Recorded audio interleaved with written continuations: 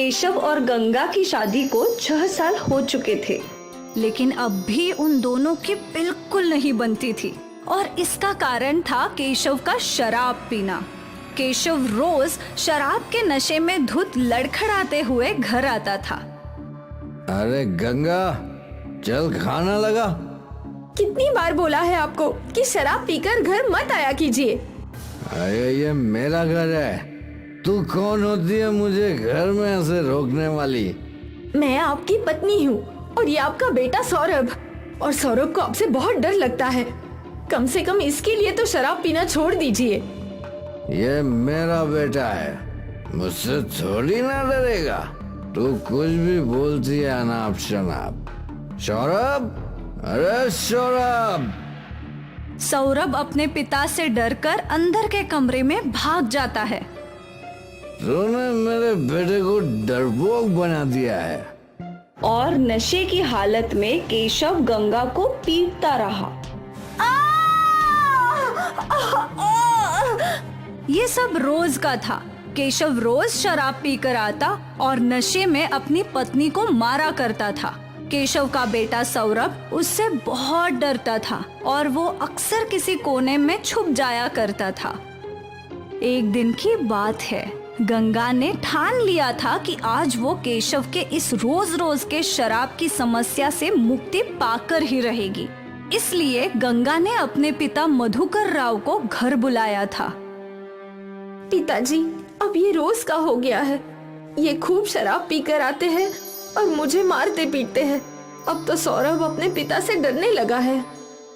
तू चिंता मत कर, मैं दामाद जी से बात करूंगा। बाप बेटी केशव के घर लौटने का इंतजार करने लगे। कुछ देर बाद केशव आया, पर वो नशे में धुत था। अरे गंगा, अरे ससुर जी, आप कब आए? गंगा, अपने पिता की अच्छे से ख्याल रखो, उन्हें अच्छा अच्छा खिलाओ पिलाओ। मैं खाना पीना खाने नहीं, बल्कि आपसे बात करने आया हूँ दामाद जी। मुझसे बात करने? किस बारे में? आपकी इस रोज रोज की शराब की आदत के बारे में। दामाद जी, आप समझदार हैं, आप जानते ही होंगे कि इस शराब की आदत की वजह से आपका पारिवारिक जीवन खराब होता जा रहा है। आपका तो बेटा भी आपसे डरने लगा है। बस ससुर जी, ये मेरा अपना मामला है, आपको इसमें बोलने की कोई जरूरत नहीं है। मैं अपनी बेटी और नवासे की भलाई के लिए बोल ही सकता हूँ। वो आपकी बेटी थी, अब मेरी पत्नी है। मैं उसे जैसे रखूं उसे रहना पड़ेगा, चाहे मैं उसे मारूं, पीटूं या कुछ भी करूं।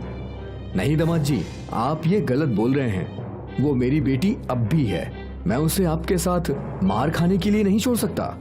तो ले जाओ अपनी बेटी को अपने साथ, मैं भी देखता हूँ कितने दिन पालोगे।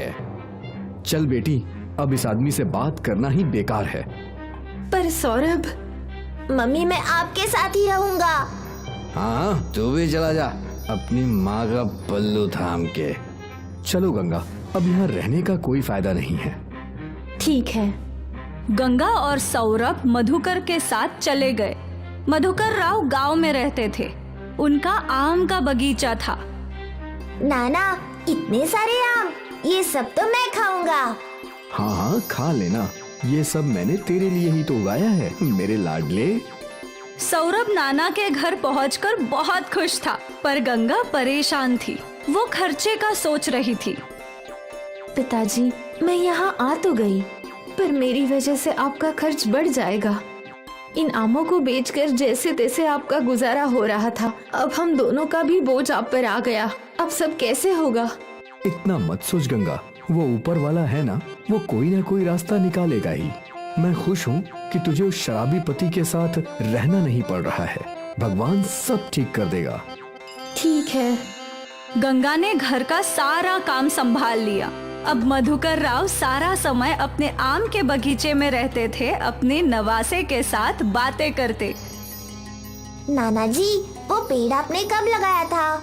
वो पेड़ शायद जब तेरी माँ तेरी उम्र की होगी तब। बाप रे, और वो सबसे बड़ा वाला? वो मैंने नहीं लगाया बेटा, वो तो मेरे पिताजी ने लगाया था, मेरे भी जन्म के पहले। मतलब वो आपसे भी बड़ा है? हाँ। तभी गंगा सबके लिए चाय और नाश्ता लेकर आई। अब बस हुआ आप दोनों का, थोड़ा नाश्ता कर लीजिए। अरे गंगा, काफी दिन हो गए तेरे हाथ की वो स्वादिष्ट चटनी खाए हुए। देख, आम भी कच्चे हैं, वो चटनी मिल जाती तो मजा आ जाता। ठीक है पिताजी, आज बनाती हूँ, शाम में ले आऊंगी। अरे वाह। मधुकर और सौरभ चाय के साथ नाश्ता करने लगे। गंगा रसोई लौटी और वो मसालों से चटनी बनाने लगी। कुछ ही देर में उसकी चटनी तैयार हो गई। अब ये तैयार है। गंगा चटनी लेकर बगीचे में लौटी तो वहाँ मधुकर के 2 दोस्त भी थे। पिताजी, चटनी बन गई है। अरे वाह, इन दोनों को भी खिलाओ। ठीक है पिताजी। गंगा ने 2 कच्चे आम काटे और उन्हें चटनी लगा दी और सबको परोसा। कच्चे आम का स्वाद लेते ही अरे वाह, ये तो बहुत अच्छी है, चटाकेदार। मैंने कहा था ना, मेरी गंगा बहुत अच्छी कच्चे आम की चटनी बनाती है। हाँ भाई, अगर ये कच्चे आम की चटनी बनाना शुरू कर दे तो हाथों हाथ सब खत्म हो जाएगी, लोग दीवाने हो जाएंगे। हाँ हाँ बिल्कुल। ये बात सुनकर गंगा सोचने लगी। वैसे भी मैं खर्चे का सोच ही रही थी। अगर कच्चे आम बेचकर मुझे पैसे मिले तो हमारी सारी समस्याएं दूर हो जाएंगी। क्या हुआ गंगा? पिताजी, मैं सोच रही हूँ कि जैसे काका ने कहा, कच्चे आम का व्यापार ही खोल लूं। कम से कम कुछ तो कमाई होगी।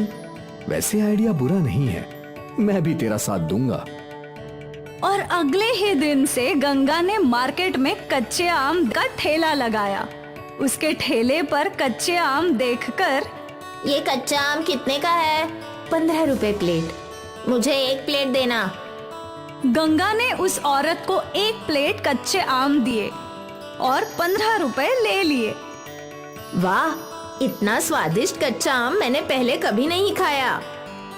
इसके बाद कई और ग्राहकों ने गंगा के कच्चे आम की तारीफ की। पहले ही दिन गंगा के कच्चे आम मशहूर होने लगे थे। शाम तक सारे आम खत्म हो चुके थे। गंगा ने ठेला बंद किया और अपनी पहली कमाई देखकर वो बहुत खुश थी। वो खुशी खुशी घर लौटी। कैसा था आज का दिन? बहुत अच्छा पिताजी, लोगों को मेरे कच्चे आम बहुत पसंद आए। कितने सारे लोगों ने मेरी तारीफ की। और तो और ये देखिए, आज की कमाई। अरे वाह, मुझे यकीन था तू कर ही लेगी। आज के सारे आम खत्म हो गए पिताजी। मैंने और कच्चे आम तोड़ के रखे हैं, पर अगर ऐसे ही चलता रहा तो हमें कच्चे आम बाहर से खरीदने होंगे।